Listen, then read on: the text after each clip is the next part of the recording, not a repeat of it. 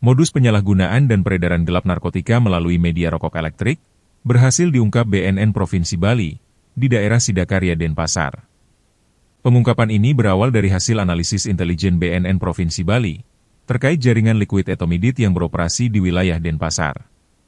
Atas informasi tersebut, tim bidang pemberantasan BNN Provinsi Bali melakukan penangkapan terhadap seorang lelaki berinisial RW, alias Kris berusia 44 tahun, di Jalan Kerta dalam Desa Sidakarya, Denpasar Selatan.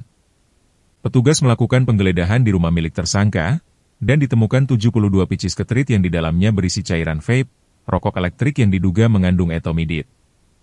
PLH Kepala Bidang Pemberantasan dan Intelijen BNN Provinsi Bali, Kombes Pol Tri Kuncoro mengungkapkan, etomidit merupakan jenis narkotika golongan 2, yang digunakan di dunia medis untuk tindakan operasi.